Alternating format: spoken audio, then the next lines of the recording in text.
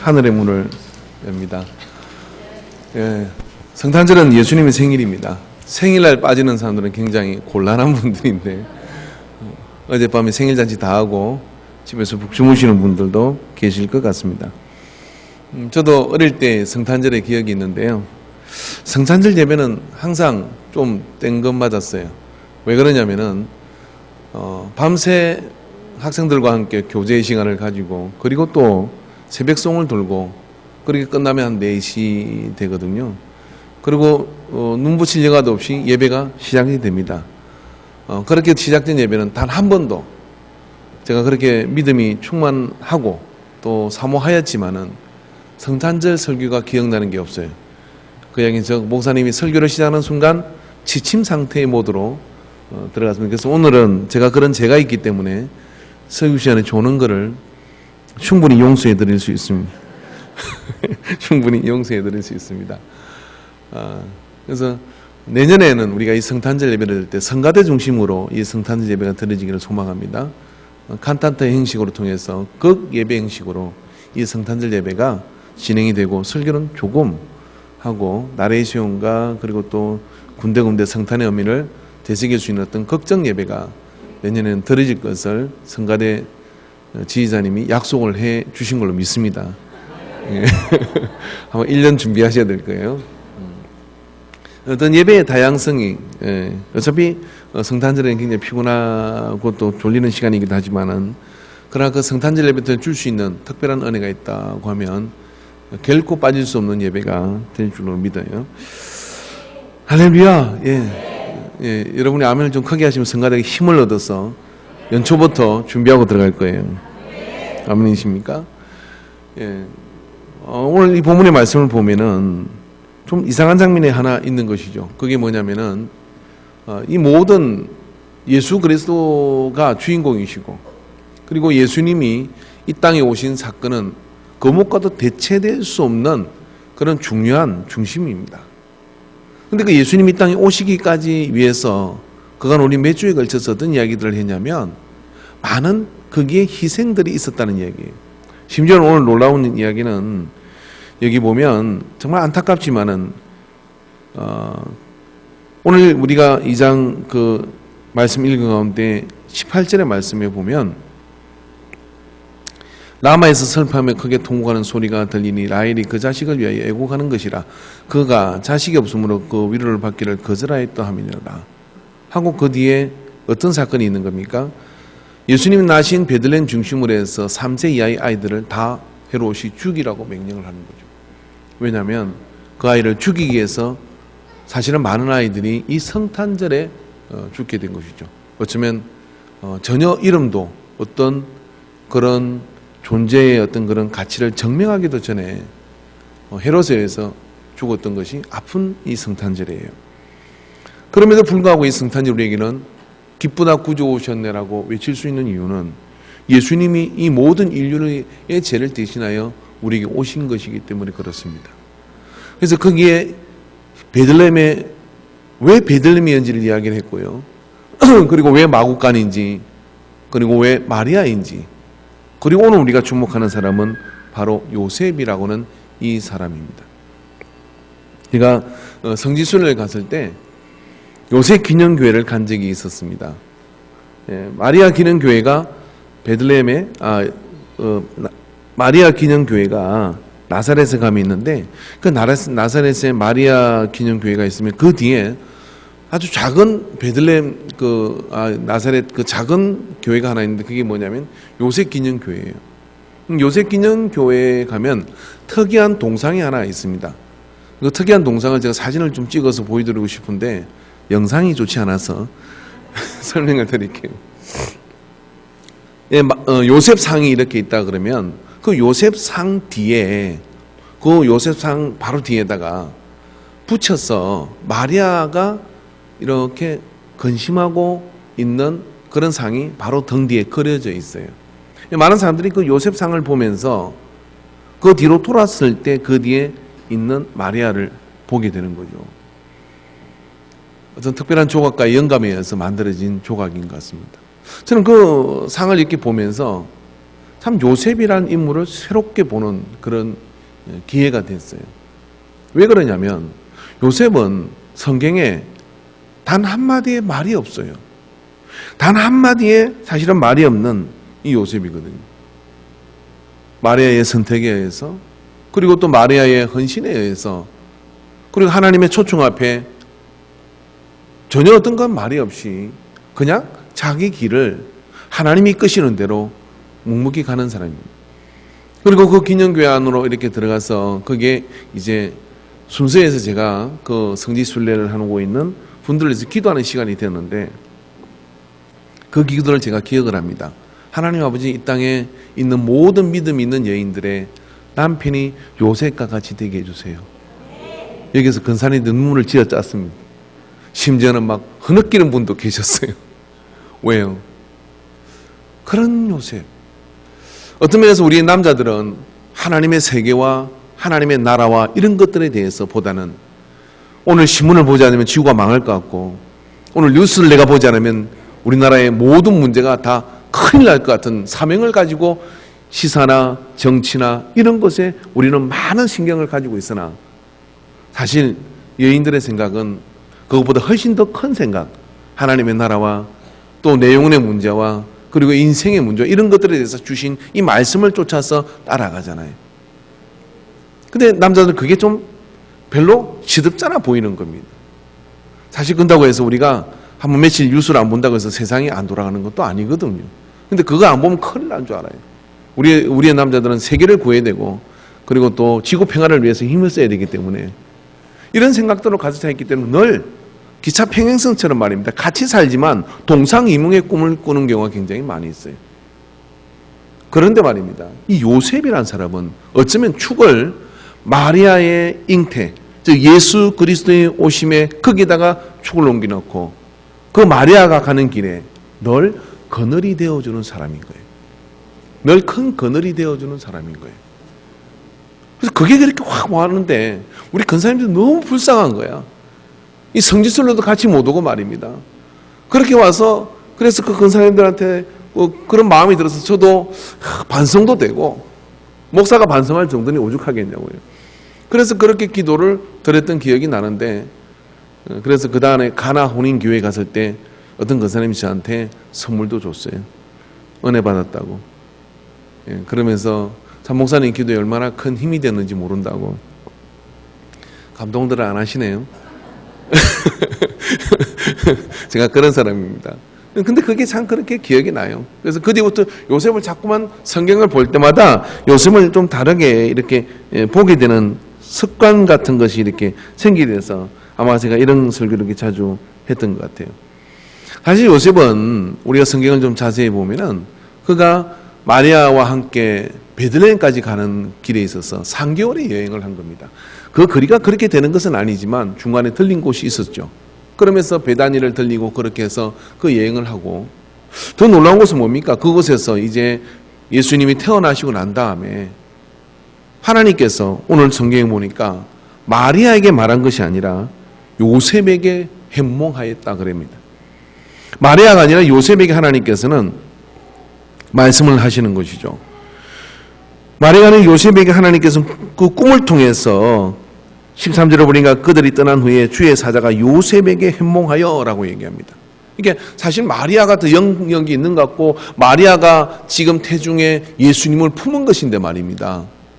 하나님은 그 마리아에게 말하는 게 아니라 요셉에게 꿈을 통하여 말씀을 하셨다는 거예요. 은혜 받았다고 까부는 여인들이여, 잘 들으십시오. 어떻게든 남편을 통해서 하나님께서 역사해 주셔야 되는 겁니다. 할렐루야. 남편을 통해서 말씀하신다니까요. 그래서 그 남편 이 요셉을 통해 꿈을 통해 가지고 어떻게 합니까? 13절에 보니까 그들이 떠난 후에 주의 사자가 요셉에게 해몽하여 이르되 헤롯이 아기를 찾아 죽이려고 하니 일어나 아기와 그 어머니를 데리고 애굽으로 피하여 내가 내게 이르기까지 거기에 있으라 하시니라. 지금 이 사람들은 결혼식도 치르지 못했어요. 정혼한 사이지 결혼을 한 건 아니잖아요. 이제 호적을 하고 난 다음에 돌아가서 나사렛에서 결혼을 해야 되는데 거기서 하나님께서 갑자기 이러는 거예요. 헤롯이 아이를 죽이려고 하니까 너는 보따리 싸가지고, 그러니까 이거죠. 우리가 잠깐 며칠 어디로 다녀러 갔는데 그냥 캐리어 몇 개 들고 갔어요. 근데 거기서 갑자기 얘기합니다. 너 이민 가라 그러는 거예요. 지금 집에 들어가서 뭐 정리할 게 많은데 이민 가라라고 얘기하는 거예요. 어떡합니까 여기서? 애굽으로 가라는 거예요. 그래서 베들레헴에서 애굽까지의 거리가 한 600km 됩니다. 놀라지도 않으시죠? 그 600km를 걸어서 간다고 생각해 보세요. 이제 몸 풀었어요. 산후조리 해야 될 거 아니에요. 여러분 우리 시어머니 되시는 분들은 며느리가 아이를 가지면 산후조리비는 대줘야 된다 그러대요. 일주일 완전히 항제 대접을 받잖아요. 마리아는 그런 대접이 아니라 갑자기 보따리 싸들고 걸어서 600km를 이집트 카이로를 향하여 가는 겁니다. 그 모든 여행에 필요한 것들과 그 모든 여행의 보호와 그 모든 여행에 해야 할 요셉의 몫은요 상상치도 못하는 거예요. 근데 요셉이 그 일을 어떻게 합니까? 주님 며칠 쉬었다 가게, 주님 집에 가서 짐 좀 챙기게, 이런 말을 요셉은 안 해요. 가라고 하니까 어떻게 합니까? 꿈을 꾸고 천사가 해몽하니까 보따리 사가지고 그냥 나서는 겁니다. 요셉이 사막길 카이로까지 600km 걸어서 갑니다. 마리아는 얼마나 힘들었겠지만은 그 모든 앞서는 바람과 도적대와 그리고 길의 위험함들 무엇으로 보장할 수도 없는 것이죠. 그런 모든 위험을 무릅쓰고 요셉은 꿈 한 번에 가게 길을 가는 사람이에요. 그래서 사실은 이 요셉은 이 이야기의 조연 같은 주연이에요. 성경 안에는 모든 위대한 일에는 이와 같은 위대한 조연 같은 주연들이 있습니다. 다윗에게는 요나단이 있었고요. 요나단을 모르시면 설명해 드릴게요. 사울의 아들 요나단인데 그 요나단이 원래 왕이 되는 사람이었거든요. 그런데 다윗을 보고 자기보다 큰 사람인 줄 알았어요. 그래서 다윗이 골리앗을 쓰러뜨리니까 그때부터 요나단이 다윗을 너무 귀하게 여겨갖고 내 왕의 자리도 줄 테니 너는 이스라엘의 지도자가 되라 라고 이야기했는데 아버지 사울이 야 네 자리를 뺏으려고 하는데 그놈을 죽여야지 그러니까 대신 숨겨가지고 아버지 몰래 빼돌려서 살려서 그렇게까지 아꼈던 사람이 요나단이에요. 자기 자리에 다 연연하지 않았습니다. 왜? 큰 그림을 봤거든요. 나보다 다윗이 이스라엘의 주권자가 되는 것이 하나님의 뜻이고 그리고 이스라엘을 더 크게 강대하게 세울 것이라는 걸 봤기 때문에 그 다윗의 비전에 자기의 자리를 내놓고 헌신을 해버리는 거예요. 와, 교회 안에 이런 사람이 있으면요 교회가 폭발합니다. 할렐루야. 그죠? 내 자리 지키기 위해서 아니면 뭐 내 어떤 그런 바운더리를 지키기 위해서 누구든지 덤비게만 해봐. 막 죽이겠다. 와, 그럼 교회 쫑나는 거예요.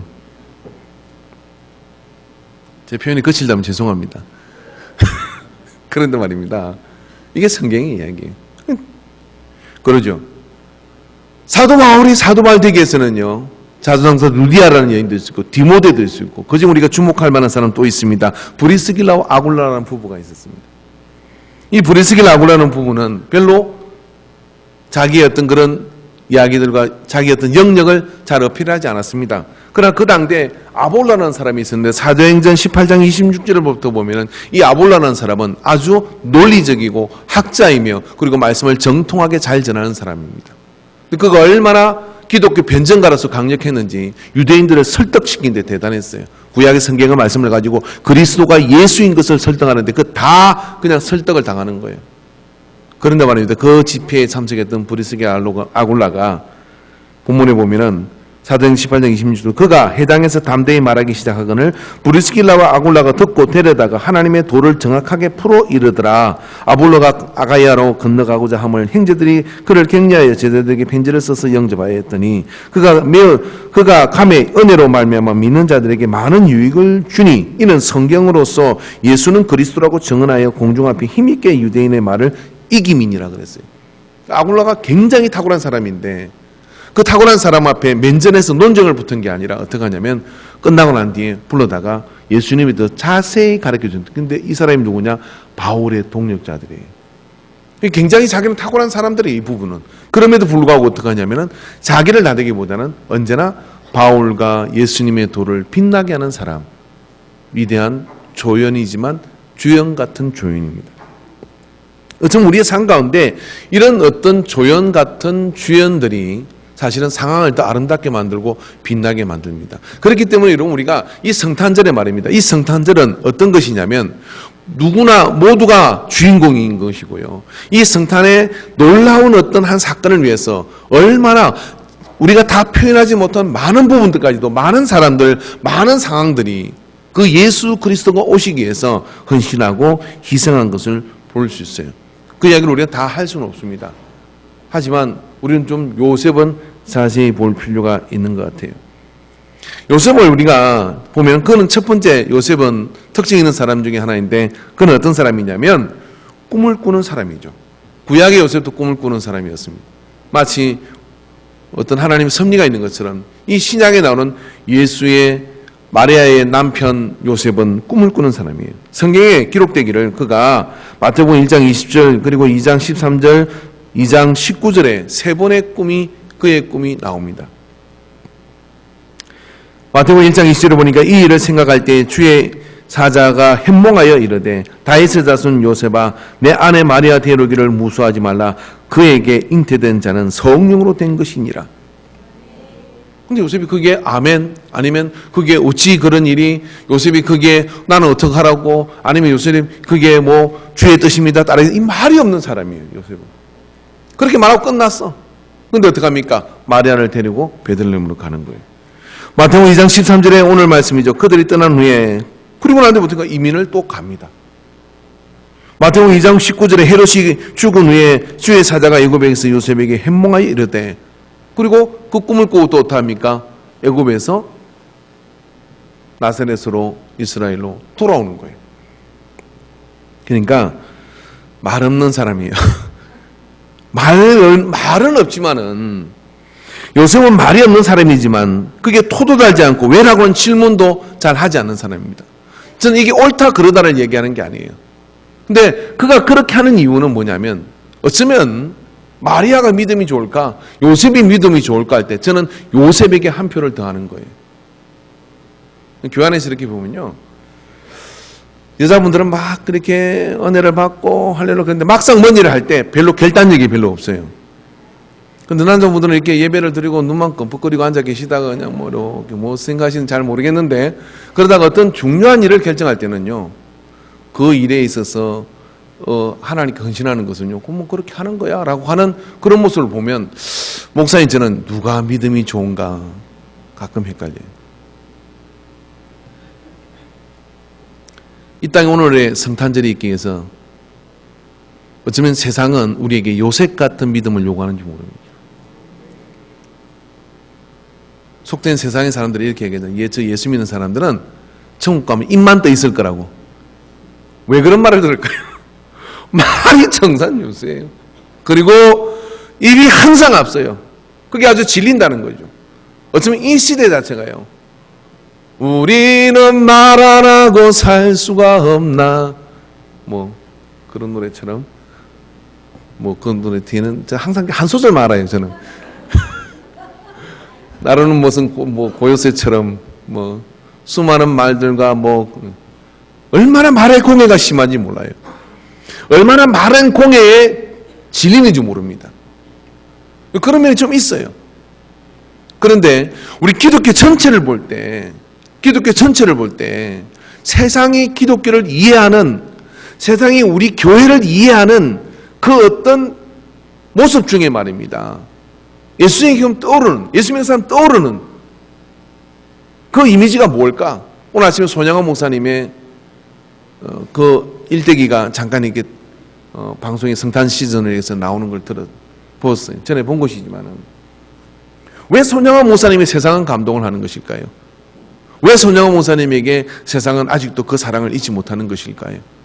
얼마나 대형 교회가 많고 얼마나 많은 어떤 그런 걸출한 큰 교회들이 많습니까? 그러나 그 걸출한 숫자와 50만 명 무슨 몇십만 명이라고 하는 숫자로도 그 손양원 목사님 그 나병 한자촌에서 자기 두 아들을 죽인 그 원수 같은 아들을 경찰서에 가서 무릎을 꿇고 그 아들을 살려서 내 아들을 달라고 그렇게 이야기한 그의 행동 말입니다.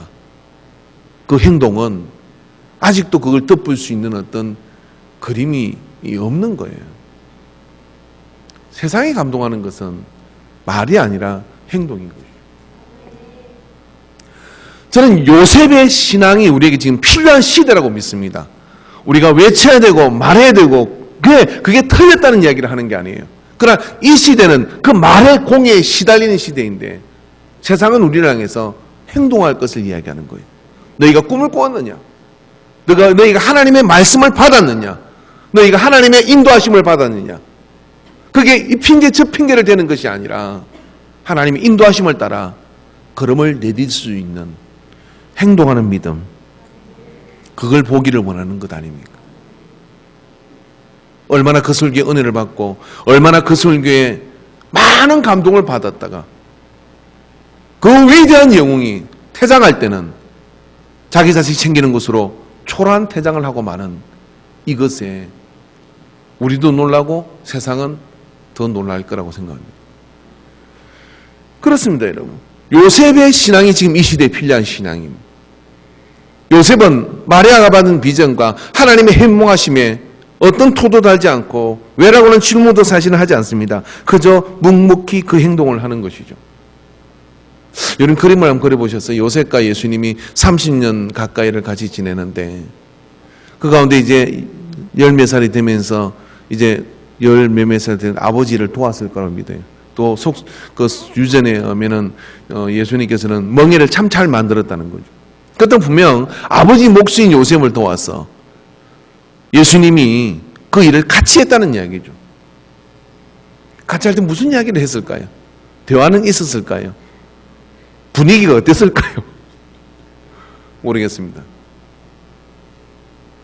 아마 묵묵히 자기 일을 하는 것을 통해서 그 속에 내공이 쌓이듯이 예수 그리스도가 이 세상을 이해하는 충분한 사람 예수님이 좋은 영향을 받기에 충분한 그런 생활인이요 자기 삶을 책임지는 사람이요 마리아의 모든 그 격동하는 변화 속에서도 넉넉히 그늘이 되어주는 요셉이 역시 예수님에게도 그럴 만한 존재였다고 저는 믿는 겁니다. 이것이 오늘 우리가 교회 안에서 가져야 될 아버지상이라고 믿고 이것이 우리가 교회 안에서 가져야 될 남편된 자가 남편된 자로서 가져야 될 생각이라고 믿습니다. 그래서 아무쪼록 여러분 결혼을 하지 않은 자매들은 반드시 기도할 때 요셉 같은 신랑을 달라고 기도하십시오.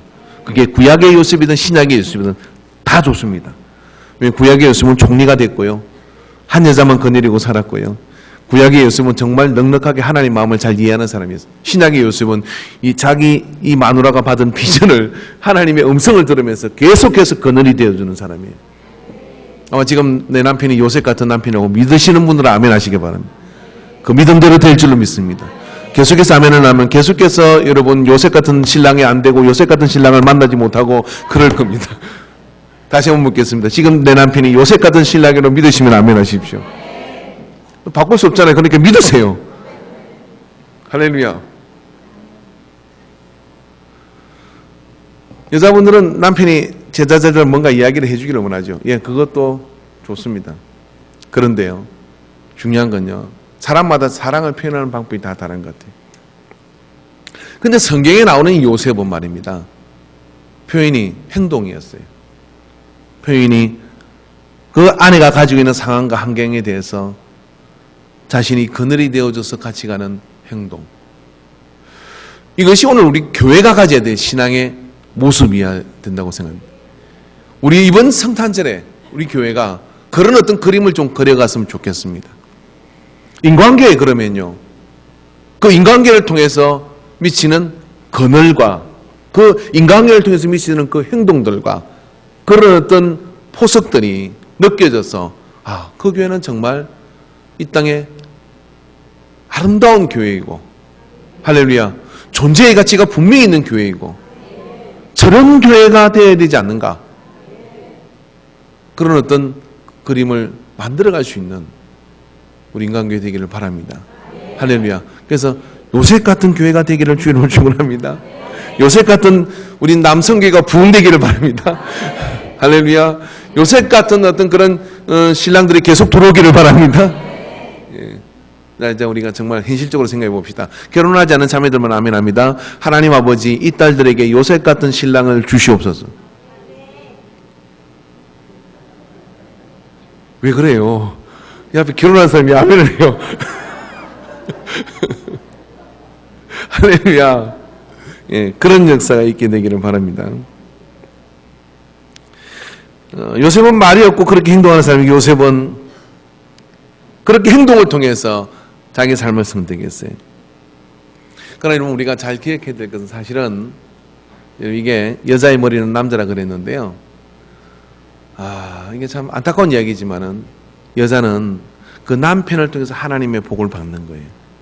이게 성경적 원리거든요. 하나님께서 마리아가 그 삶을 선택한 것 같으나 성경은 요셉의 족보를 이야기해요. 이게 어떤 의미냐면 이런 이야기입니다. 성경에 마리아의 족보는 나오지 않아요. 마리아가 어떤 내력의 사람인지도 나오지 않아요. 단지 마리아의 삶은 뭐냐면 요셉과 사랑에 빠지면서 요셉을 만나는 것에서부터 하나님이 네가 아들을 낳을 것이라고 하는 요셉의 아내이기 때문에 네가 아들을 낳을 것이라고 하는 만세의 날을 복된 여자라고 할 것이라고 하는 그 복을 받은 거예요. 이게 현실이에요. 그리고 요셉의 족보를 이야기하는 거죠. 왜? 요셉이 유다 지파이고 다윗의 자손이고 그렇게 해서 요셉의 족보가 쭉 이야기 나오는 겁니다.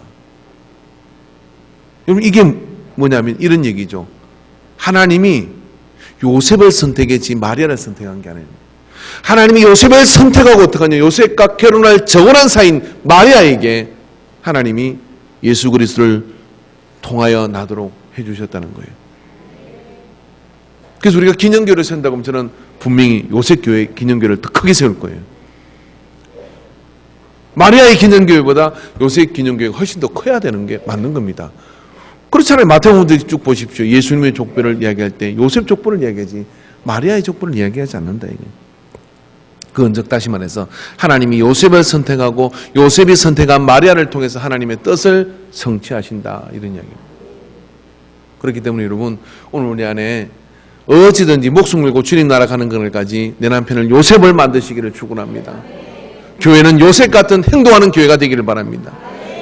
그리고 그 하나님 주시는 비전과 그 꿈을 받으면 그것을 가지고 그냥 책고만 있고 그냥 말로만 할 것이 아니라 어떻게 하냐면 그걸 가지고 내 걸음을 적시로 옮기는 그런 헌신이 우리 속에서 일어날 때 또 다른 성탄절들이 우리를 통하여 열려가게 될 줄 믿습니다. 우리 인강연을 통해서 이 지역의 성탄절이 열리고 그리고 또 우리를 통하여 우리 인생 가운데 접하는 모든 사람들에게 그렇게 성탄절이 열려가는 그런 역사가 있게 되기를 바랍니다. 요셉 이는 참으로 복받은 사람입니다. 하나님이 요셉을 쓰실 이유는 충분했어요. 왜냐하면 하나님께서 요셉에게 말씀하실 때 그건 정말 부담스럽고 너무나 무리한 어떤 그런 요구들이죠. 이민 가라. 그리고 네 아내가 아이를 가질 것이다. 이런 일들. 그 3년 살았더니 이제는 돌아가라. 이런 어떤 일들. 하루아침에 하는 이런 일들을 요셉은 하나도 거기에 토를 다지 않고 그대로 행동을 한다고 하는 거예요. 그러니까 하나님이 요셉을 선택하는 것은 그 믿음을 보고 선택하신 것이 명백합니다. 유다 가문 중에 요셉만 있겠습니까? 유다 가문 중에 요셉 말고 다른 여러 사람들이 있었을 것이에요. 요셉의 어떤 부분을 보고 하나님이 요셉의 가정을 선택했을까요? 왜냐하면 그는 분명 행동하는 믿음이기 때문에 그런 겁니다. 오늘 우리에게 이 시대의 교회에게 요청하는 그런 행동하는 믿음을 저와 여러분들이 함께 보여주기를 바랍니다. 할렐루야. 저는 목회를 하는 목사입니다. 그러면서 신학대학을 졸업할 때 목회학을 할 때 졸업 논문도 아니지만 졸업 숙제가 있었어요. 목회 철학을 쓰라. 그런 숙제였습니다. 정말 그것 때문에 목회 철학이 뭐지?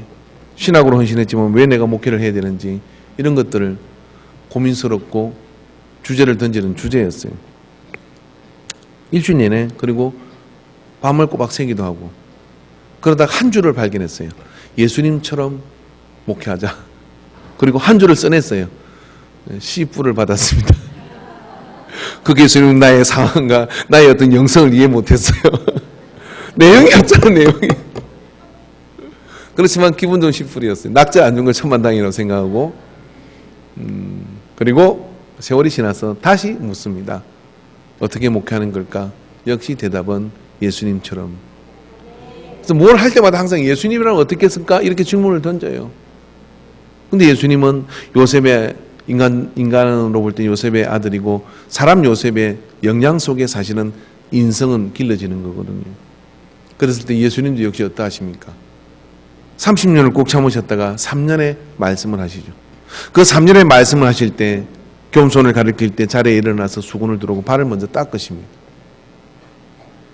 아픈 사람을 보면 그 아픈 사람이 얼마나 상처받은지를 알고 거기에 손을 대고 기도하십니다. 행동으로 보이는 주님의 가르침이에요.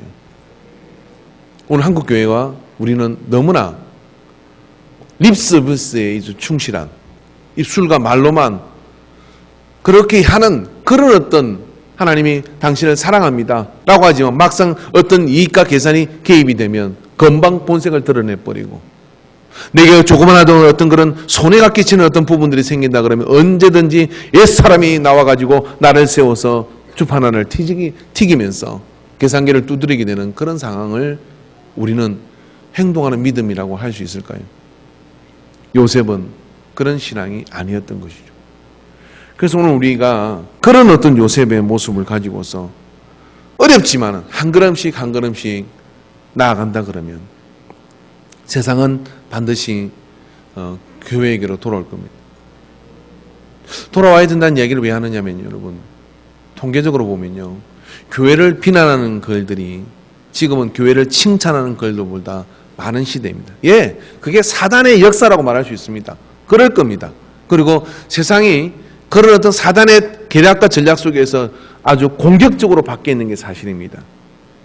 그러나 그 공격들을 우리가 한번 읽어봅시다.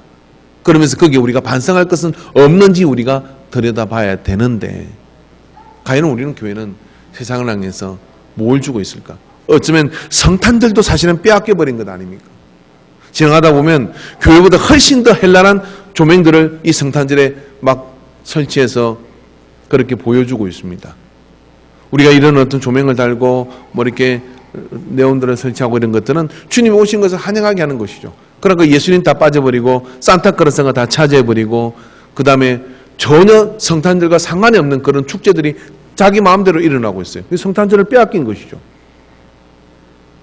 그 성탄절을 다시 돌아오게 만들어야 될 줄 믿습니다. 어떻게 돌아오게 할 겁니까?